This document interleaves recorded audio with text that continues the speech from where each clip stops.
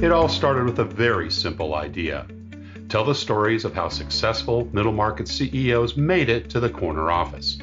I'm Brant Handley, founder and managing director of Resource Options International, or ROI.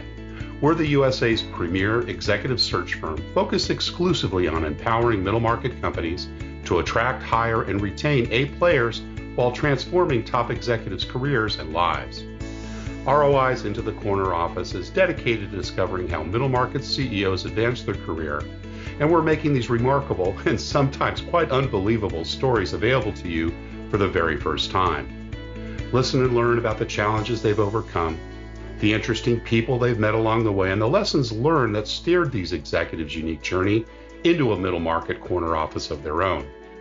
I know you enjoy these CEO stories as much as I've enjoyed recording them. So thank you for listening today. And if you like what you've heard, rate us on iTunes or wherever you get your podcasts. I'm looking forward to you joining me on the next great middle market CEO adventure into the corner office.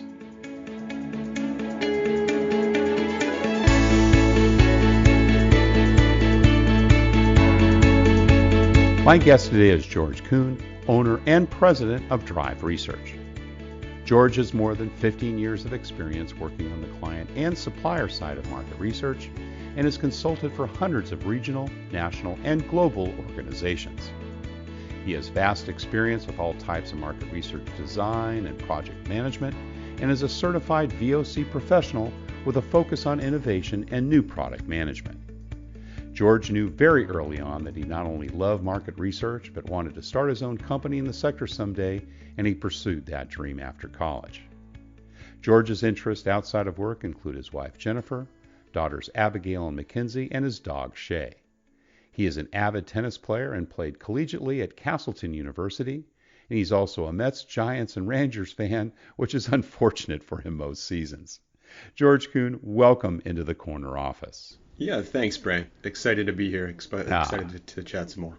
Fantastic. Great to talk to you today again. And, as we spoke a few weeks back, I've been really in awe of market research over the course of my career. I started in Procter & Gamble in brand management, and you kind of get, drilled into your head the importance of listening to the consumer and focusing on that.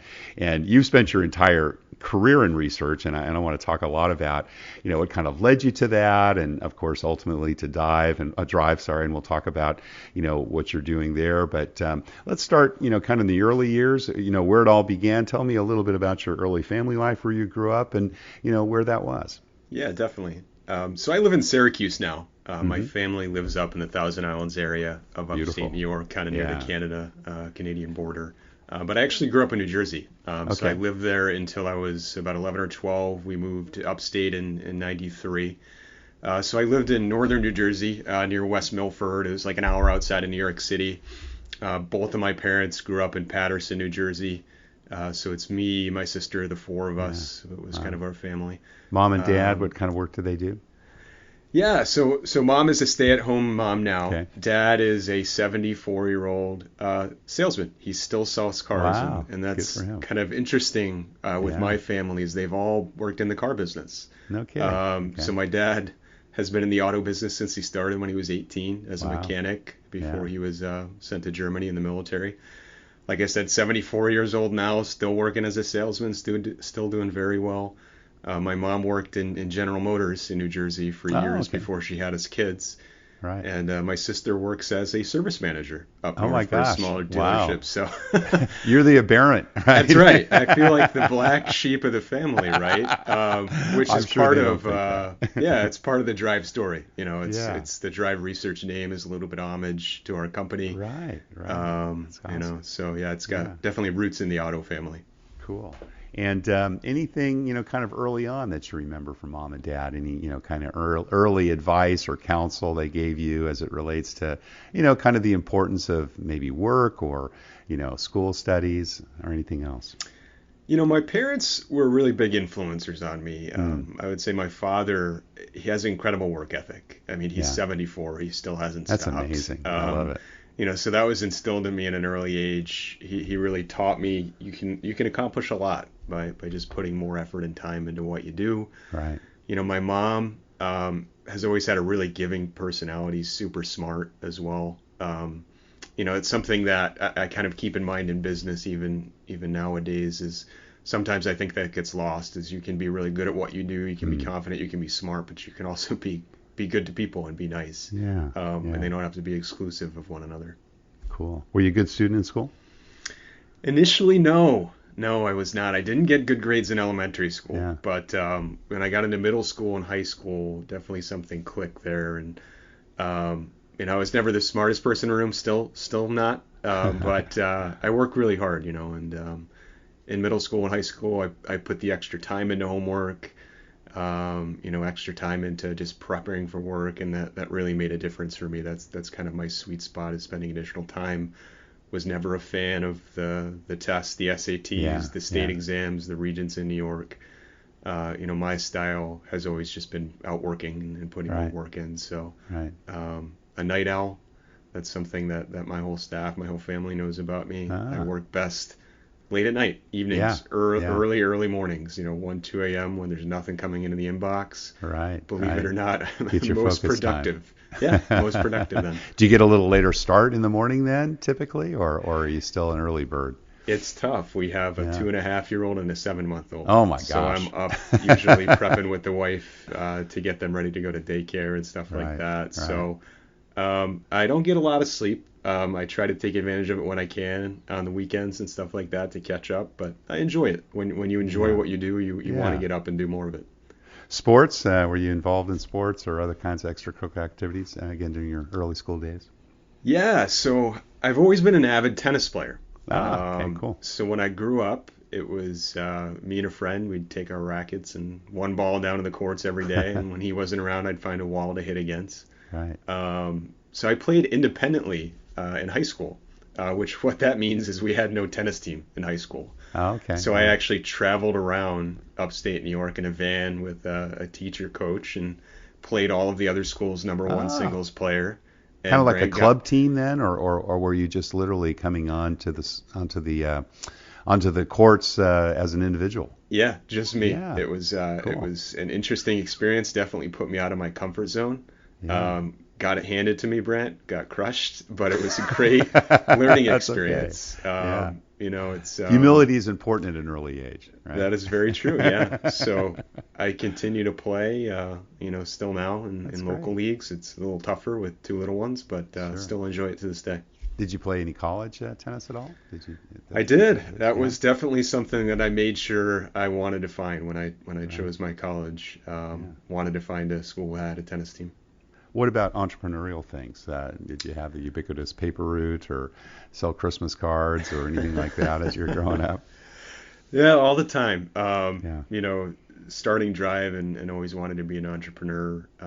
My grandma even used to joke with me that I'd grow up selling pencils on the corner in the city. So I remember when I was really young, when I was a kid, I used to take construction paper and draw animals, lay them out on the couch for my family, try to sell them to mom and grandma for 10 cents, great. 25 cents, 50 cents if I thought I nailed the zebra, So I've always loved the idea of just being in control of my success, making it my own.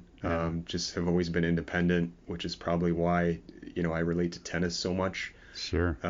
Was always the one who would try to take over group projects and take control. It's just my mentality with stuff. Yeah, right. What about, kind of the, high school years? Were there part-time jobs you had as well? Did you have to, kind of save a bit to go to college? Did you go on scholarship? Tell us a little bit about those years. Yeah, so no scholarships. It was all paid through school loans, which, is the reason I worked really hard at it. Most of those paid off now, George, or are you still? Finally, last year I made my last payment, right, which is congratulations. Crazy. Thank you. It was a sweet check to write. Right. So I actually started washing cars at my father's delership. My first official payroll job was a dishwasher at a local restaurant up north, and it was awful. It was awful, hot, sweaty, slippery. Dealing with dinner rushes. I also had to cook pizzas. Also worked at a deli pizza place across from the state park. Even in those jobs, though, I took a lot of ownership in what I did. As a 20-year-old, I was reorganizing the kitchen. I designed a menu for the deli shop. I just really enjoyed the business and entrepreneurial aspect of it. Things I didn't like, obviously, being on the kind of the retail end, the angry customers, but you learn a lot from that. Yeah. It was great. It was active. I was busy. In college, I worked in the library computer lab on Saturday for 6 hours, starting at 8 a.m. Wow. It was great. Who's going to come to a computer lab at 8 o'clock on a Saturday, right? So I just sat there quiet, did all my homework, caught up for the week, and was able to enjoy the rest of the week. That sounds like when those quiet times might have started, right? Yeah, exactly. Yeah. Exactly. So in retrospect, really, those early jobs, when I think about them, the crappy jobs put a lot of things into perspective for me. Right. Because no matter how bad my day is or how stressful or how challenging a client can be to work with, it still beats the washing dishes in a 110-degree kitchen, in a summer heat wave, getting paid minimum wage. Those jobs, I think, are important because they do help with perspective. And humility. Yes, very true. Yep. Now, you went to Castleton University. Was it kind of a foregone conclusion that you'd go to college growing up? Was that something mom and dad kind of steered you towards? Yeah, they kind of let me make my own choices, but they knew I was serious about school and I did well, and it was kind of without a doubt, college was in the plans for me. It's always something I wanted to do. Believe it or not, the first from the Kuhn family to graduate with a bachelor's degree, which is crazy when I think about that. Wow. The family. Have always been a numbers and stats guy since I was young, which is not too surprising running a market research firm. Right. Always charting numbers and stats, watching the Mets games with my dad, drawing up baseball cards. It's probably why I love fantasy sports so much still to this day. So I figured, coming out of high school, someone who likes numbers has two choices, right? You become a math teacher or an accountant. That's your two choices. Right.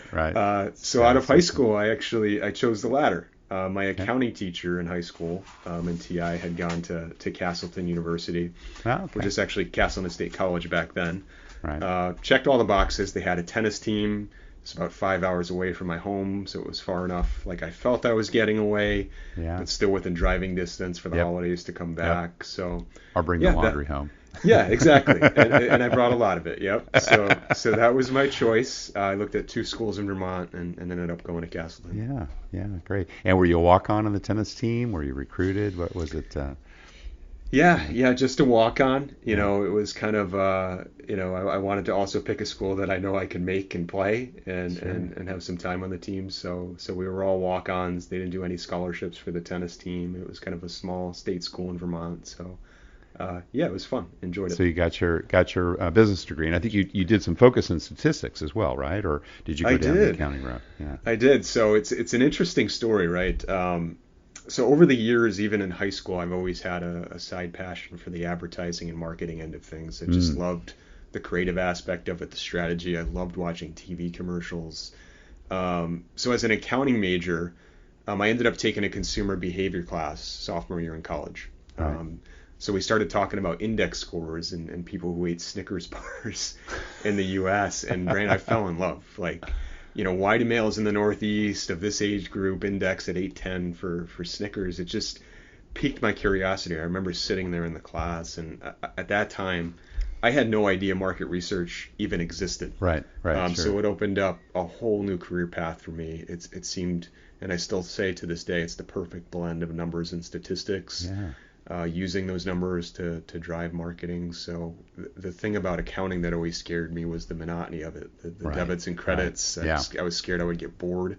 Repetitive. Yeah. So the next day, went into my advisor's office, changed gears, did the general admin degree, concentration in marketing, minor in statistics, and never looked back. I feel really fortunate, as a 19-year-old. Knowing exactly what I wanted to do the rest of my life. It's some people take a lifetime to figure that out, and I figured it out when I was 19.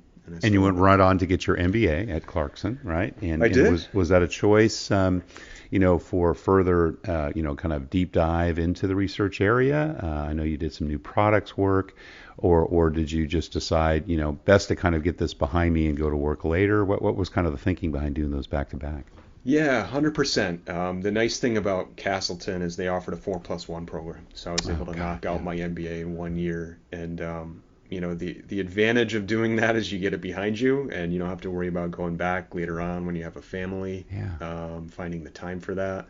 The disadvantage is most of the people in our program were fresh out of undergrad, so a lot of us didn't have work experience and weren't able to apply a lot of the things we were learning. But it's still a great decision. I can't imagine trying to do that now with where I'm at in life. So went to Clarkson. I don't know what it's a thing about cold and snowy places, I guess, going to school. It allows for focus for studies, that's for sure. Exactly. I went to the University of Oregon, and back then, of course, now they don't have as much rain, but back then it was pretty much solid rain from September through, May, June. So you couldn't do anything else other than study. Right. So it sounds like some of the same reasons, right? It's the same thing. Our clients talk to us about that. Being in Syracuse, where we get, lake effect snow now, I always feel like we have an advantage. We're not on the beach in San Diego, so we're always working on your stuff. Absolutely. And then what was that first job out of school? Yeah, so the nice thing about Clarkson is they had a lot of good networking with organizations. So there was a research firm in Syracuse who came down and interviewed for job openings for some of the graduate students there, and they had a career day, kind of interviewing day. It was the only business that I was interested in really talking to. And shortly after, I was offered a position as a research analyst. So that's how I moved to Syracuse, started my career here, worked there for about 2 years, learned a lot. It was a fast-paced culture, lots of work, lots of traveling. It was great. I was thrown right into it. So out of the gate, I was, leading national projects for FedEx, HBO, other major accounts as a 22-year-old. Were you an individual contributor, or did you start managing people at that company? Yeah, mostly a contributor. So the management was more in like the projects and the clients. Right. So I always say the number of hours I worked there, I got 3 years worth of experience in about a year and a half, but wouldn't change a thing. It made me the person I am today. I learned a lot. There's a lot of smart people I worked with there right out of the gate. And when did you start managing people directly? Was that in the next job? Yeah. So, there's a couple different jobs. We market research is very flat. So our roles, even if you're not managing someone, you're still offering some guidance and oversight for other staff. So when I did officially started managing a team at the next company, our department virtually ran ourselves. When I ran that first team, a lot of us had a lot of trust built in each other. It was kind of a give and take relationship. Always a believer in giving employees freedom to do their work, be owners, be responsible for their deadlines. So I've always enjoyed that aspect, and that's kind of, my management style. Research is very much peaks and valleys, Brand. There's times where we ask a lot of our employees during those peaks, but I also don't ask questions if they want to take some time away, take a Friday afternoon off or scoot out early with family. So that's kind of the style in terms of what I employ with my employees. Did you have some good mentors early on, from a kind of management standpoint that helped kind of bring you along? Lots, yeah. As a researcher and kind of knowing my long-term plan was starting my own company, I kind of used the first 15 years, 10 years of my career just soak in as much as I could in. So a lot of lessons, things that I use with our employees, good company, a good boss at a bad company, beats a bad boss at a good company, taking the blame, when something goes wrong, giving the credit when something else goes right. So I talk to a lot of our new employees who enter the workforce. It's the team aspect of the jobs. That's something that I learned early on is coming out of college. I thought when I was hired, you have to know everything. You shouldn't have weaknesses, right? And the truth is, I've learned we all have strengths and weaknesses. Right. It's okay to say, show me how to do that again, or I don't understand this, because there's chances are, and there's things that person's going to be better at than I am, and I may ask them to return that favor. So I've worked with, a lot of different types of management styles and personalities over the years, have built some really good relationships that I still have today. Just having the entrepreneurial mindset. I always knew I wanted to start my company. So really over the years used every opportunity as a learning experience and took a lot of ownership in every project, every client, every relationship I had at those past companies. even though I wasn't in charge there, I treated each client as if it was my own. Right. So what does a company do well? What does it do poorly? What does this manager do well? What does she or he do poorly? So really drive research, when you look at it, it's just the culmination of all of my research and past experience and knowing of what I want and what I don't want in a job, and then offering that to our employees here. Awesome. So it's really what I would want if I were the employee working for Drive.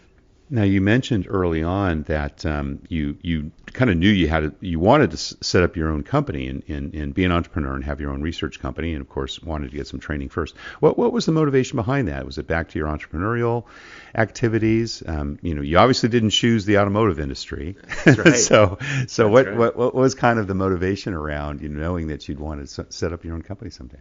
Yeah, I've just always had a passion to kind of do my own thing and be a little bit of a different person and a risk taker. And it's just something I always like, carving out my own path, carving out our own company. And I just have a very particular philosophy of how to manage people and how to manage clients and how to do things. And it's just fun to share that success. And that's the most rewarding part, is seeing our company grow over the years. Now, it was about a dozen years, I think, before you founded Drive Research. You worked at 2 or 3 different companies. When did you know you were ready? Yeah, it's a tough question, because there's never a right time, right? I felt like there was never a right time to make the There's so many factors, right? You've got right? kids, you got maybe the wife doesn't work, you've got kids in school, maybe it's an expensive school. I mean, it's hard, right, to juggle that. Was there a life event or something that came about at the time when you finally decided to go on your own?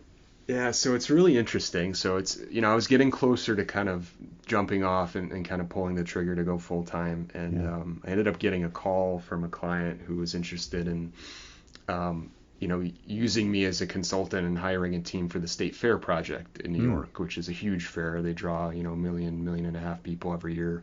Wow. And he found me on LinkedIn, of all places. That shows you the power of LinkedIn. Sure. And he was looking for a team to staff some intercept surveys at the State Fair. And he asked me if I could do it. And, I was working a full-time job at that time. And I hung up the phone. I told him, yeah, we can do it. I hung up and I said, I have no freaking clue how I'm going to do this, right?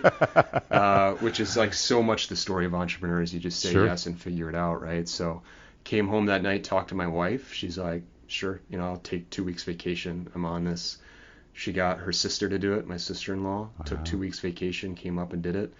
We had some friends who had done it, who kind of took some time off and helped us out. And that was the first project we landed. And I was like, you know what?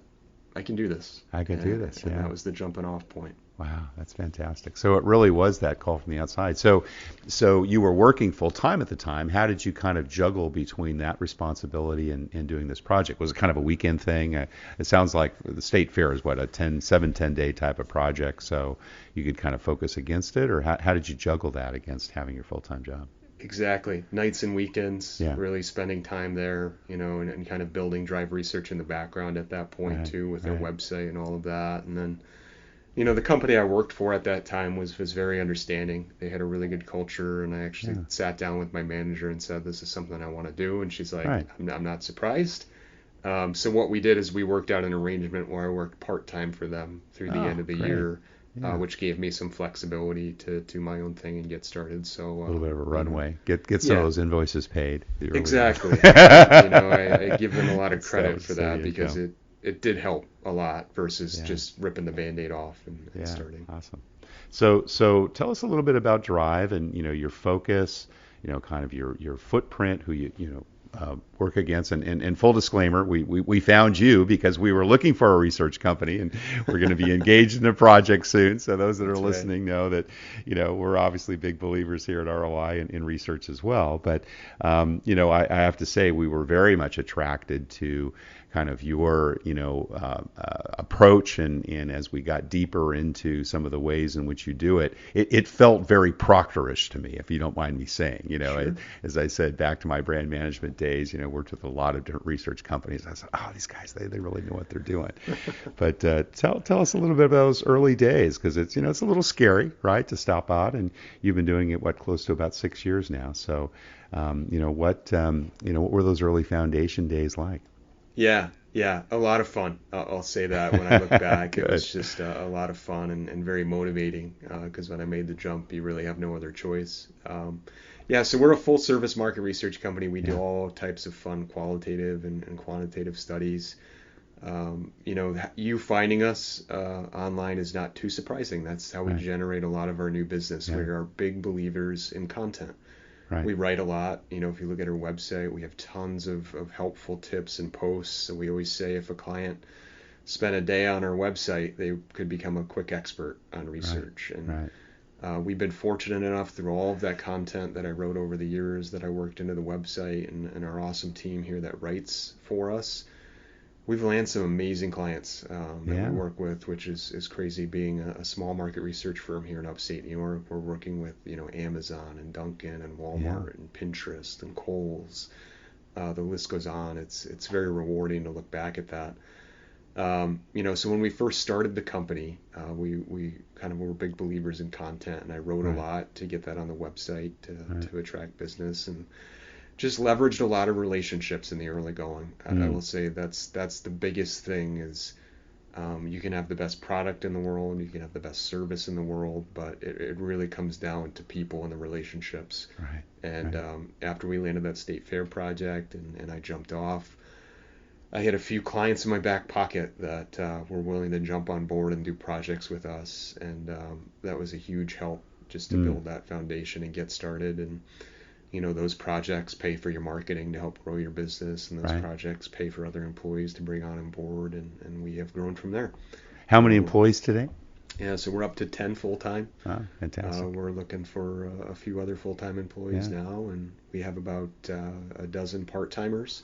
Right. So people who call for our phone surveys, recruit for focus groups. It's crazy. 5 years, and we're growing steadily. Fantastic. Well, maybe we can help you with some of those positions to fill at some point. We'll have a separate discussion about that, John. Yes. Well, tell obviously going from a dozen years or so in a variety of different corporations, larger and smaller as you went along, and now running your own small business. To talk to us a little bit about some of the leadership challenges, particularly in those early days of getting Drive set up and where you are today. Was it fairly natural? Did you find that you changed your style a little bit, or had to, because now you're the guy in the corner office? Yeah, right. I would say the biggest thing is just my perspective has improved. Being an employee for so many years, I just understand that perspective and what's important to people and how to treat people the right way. Right. So my mentality with that really as a business owner, with a growing team is no task is above or below me. We really adopt a team approach to everything. It's working at some of the other companies I was at, there's things that I would never think about asking my manager to do to help me out. And I never want our employees to feel that. So it's part of kind of a give and take culture I have with my management style. If someone needs me to jump in and review something or do something overnight, it's kind of like, the restaurant manager will even clean the bathroom, right? Helping out a team member versus saying it's not my job. So it's a give and take, and when I can help our team with that, I know I'm going to need their help on a Friday afternoon or something, and you're willing to go grab the toilet brush. Exactly. Sometimes you got to clean the bathroom. Right. So obviously you're probably working with folks younger than you, maybe it's some the same age or a little bit older as well. And there's been a lot written about the millennial workforce and as they develop now, and I think they're actually larger than the boomers, of which I claim membership in. And one of the things I've heard a lot of CEOs say is that it's a little bit different, being in situations where you're used to having your questions answered rather than your answers questioned. Mm-hmm. And I'm curious as if you face that, and is that part of the culture that you try to encourage with your team? 100%. Absolutely. With the younger workforce, they have questions. They're very engaged in their jobs, which is awesome from our standpoint. But I've always been very open. I think that's part of the researcher in me is you have to be objective and you have to view the pros and cons of things. So if there's something I can be doing better, I'm all ears for that. So we always talk about evolving with everything at our company. And I tell my staff, if you don't look back at a report you wrote 2 or 3 years ago and you're not embarrassed by how it looks, you're not evolving fast enough, making changes along the way. So I really encourage feedback across our organizations. We have, templates in place, efficiencies built in, but we're always open to change. We really do have an incredible team, and a lot of them are better at things than I am. So in that situation, I listen and let them guide us in certain situations. How do you decide when, it's time to hover or perhaps micromanage or, get out of the way and stay out of their sandbox? Mm-hmm. Yeah, it's tough, Brent. One of the biggest challenges, I'll say, as a business owner, is I need to spend less time working in Drive and more time working on it. The other issue with that is I enjoy research so much. I've enjoyed it since I was 19, right? Right. So, you knew what you wanted to do at a very early age. Yeah. Yeah. So separating myself from the work is difficult, but it's also a necessity for us to grow and to scale. Yeah. Certain things that I've changed in my style and how to kind of avoid getting too deep and too much in the weeds. I offer guidance and suggestions on some of our approaches, tips on how to talk to clients, really giving my employees the freedom to approach it in their own way, learn from their mistakes, learn from what they do well. Right. I don't know if you have kids or you're a Harry Potter fan, but the Dumbledore quote I use with the team all the time is helpful be given for those who ask for it. That's right. That's how we approach it. I'm always willing to set time aside if they need something. Now, this last year and a half or so has been so unique for so many businesses due to the pandemic and a lot of remote working, et cetera. And you've got a small team. Are you all remote? Do you still congregate in an office? What's kind of the structure now given what's going on in the world today? Yeah, so I would say that we do have an office, but we have always offered full flexibility. Our office was even built pre-pandemic. Mm-hmm. Yeah, I think there was probably no other business that was well set up for this because we were offered full remote flexibility with all of our staff. So they're working for wherever, and I always said, work where you're most productive. If that means you're working from home and you're in sweatpants and you can do a better report and you can keep your clients happier and you can get things done faster, I don't see how that's a disadvantage for a company or how that's a disadvantage for a client. Yeah. So we've always encouraged that over the years, and even with our office now, it's there. If you need to get out and you want to change the scenery and go there to work for the day, by all means do that. But we don't require any time in the office, which also means we have staff all over the country. We have staff in Milwaukee, we have staff in New York City, and that's something we've always looked at over the years, even pre-COVID. Yeah. And with regards to the company culture, then, does it make it a little more difficult in terms of propagating that and instilling the kind of beliefs and so forth, or do you have regular town halls or meetings and check-ins with a lot of the folks that are doing the work for you? Yeah, so it's both. We like to give them the freedom, but we do meet regularly as a team once a week to kind of talk through priorities. I have one-on-ones with all of my employees, and those who manage other employees also have one-on-ones with them. Yeah. So it allows us to be really nimble and shuffle resources around to make things happen. Just a lot of things baked into our culture. The remote work is one, working from home even before COVID. So we always feel like culture it's a ground up thing. Sure. So something that might be a better question for my employees than me in terms of how they define the culture. But if you ask them, I would guess they would say things, like team oriented, flexible, approachable, friendly, helpful, all those things. Do you personally touch every project, every client project? Yeah, so I wear a lot of hats. So we recently hired a VP, so a lot of the business development for our company is still done by myself and the VP. So there's always some type of touch point that I have with the clients, and some of our major accounts I still oversee and kind of help the team and join those calls. Sure. Some of the smaller projects, it's kind of we assign a project manager or director to manage those, but with the business development process and how we're structured, there's a little bit of a relationship that I'm building with each client, which I feel is a good thing. It may not be scalable long term, but right now it helps. Do you have specific touch points on each project that you kind of tell your folks, hey, this is where I need to be informed or be involved? I mean, come to me when you have a problem, but places where you actually do check in from time to time on a regular basis. We do. Mm-hmm. So with research, it's a very systematic process. Right. Regardless of the industry we're working for, the type of project, it follows a pretty similar process. Right. So really the two touch points where I try to join in and offer some guidance and talk to the client is one, the kickoff meeting. Right. So that's when we launch a new project. We're talking about objectives. What do they want to learn at the end of the day? Yeah. What types of insights are they looking for? How do they want to act on the results? So that consultation piece in that front end really just helps set the tone for the entire project, guides the process.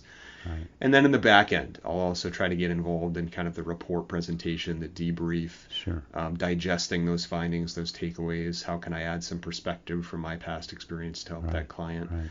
So really, those are the two kind of client-facing pieces of our process. A lot of the other work is done behind the scenes, writing surveys, collecting field work, data analysis.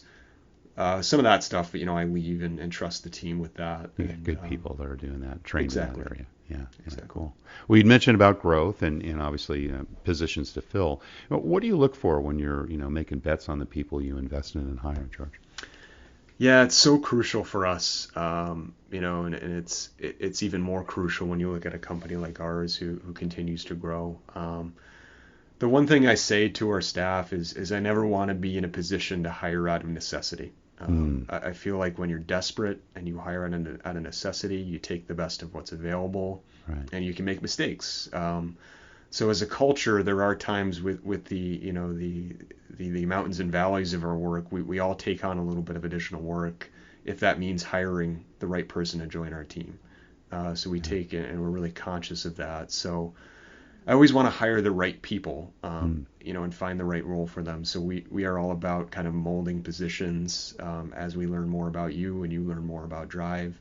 So if that means shifting your role and responsibilities based on skills, your interests, your passion, we're more than open to doing that. Yeah. We always want to try to align, people's passions and interests with their role. Right. So we have a real, systematic approach to hiring, probably not too surprising as a research You're a research company. Right. Everything is a system. Everything is a process, right? So those who kind of meet those initial requirements, we send them a follow-up, candidate evaluation survey. We get some more detail on their approach to work, the person they are, their skill sets. From there, we usually do a one-on-one follow-up interview followed by a group interview.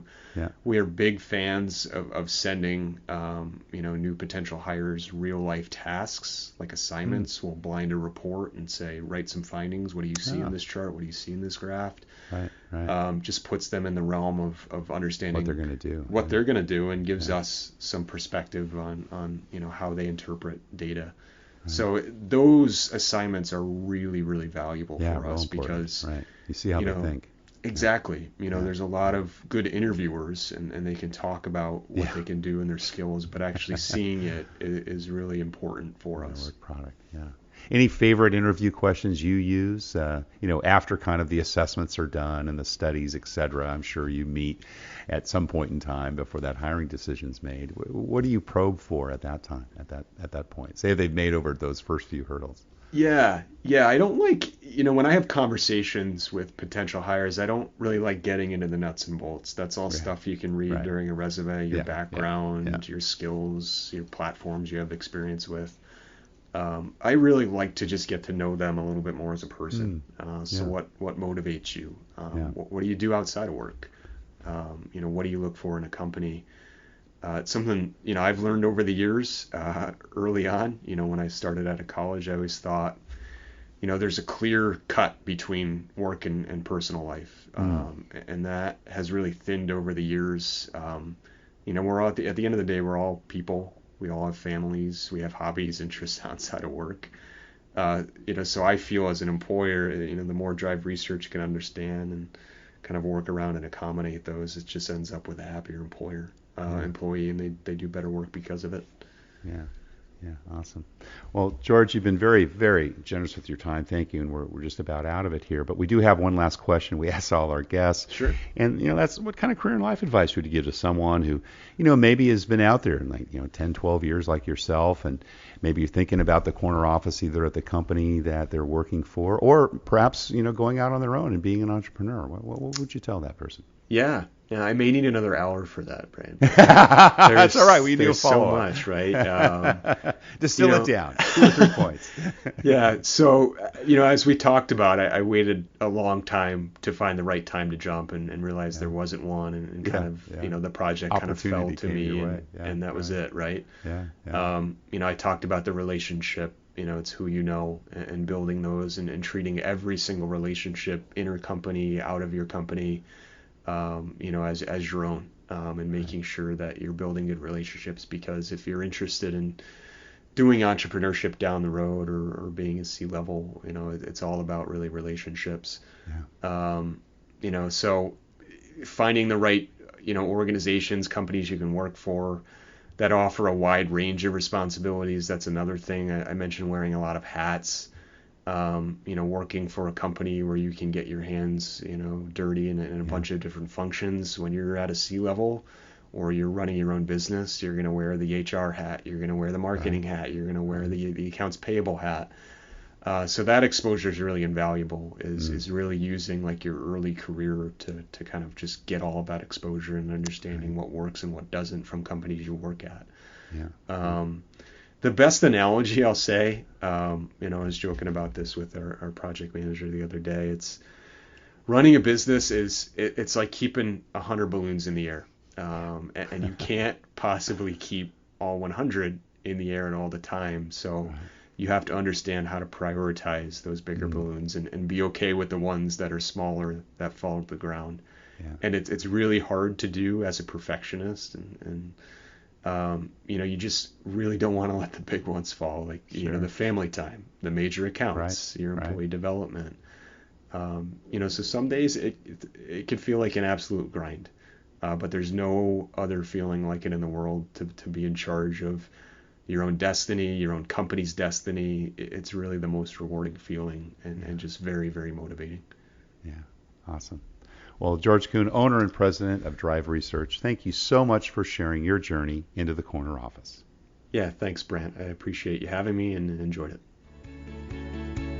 Thank you for listening to Into the Corner Office with Brant Hanley. We hope you enjoyed hearing our guest CEO story as much as we did. If you want to hear more CEOs reveal their journey into the corner office, please subscribe via iTunes and tell your friends and colleagues. For more information about Brant, Resource Options International, and the mighty middle market, visit www.goforroi.com. We look forward to having you join us for our next episode.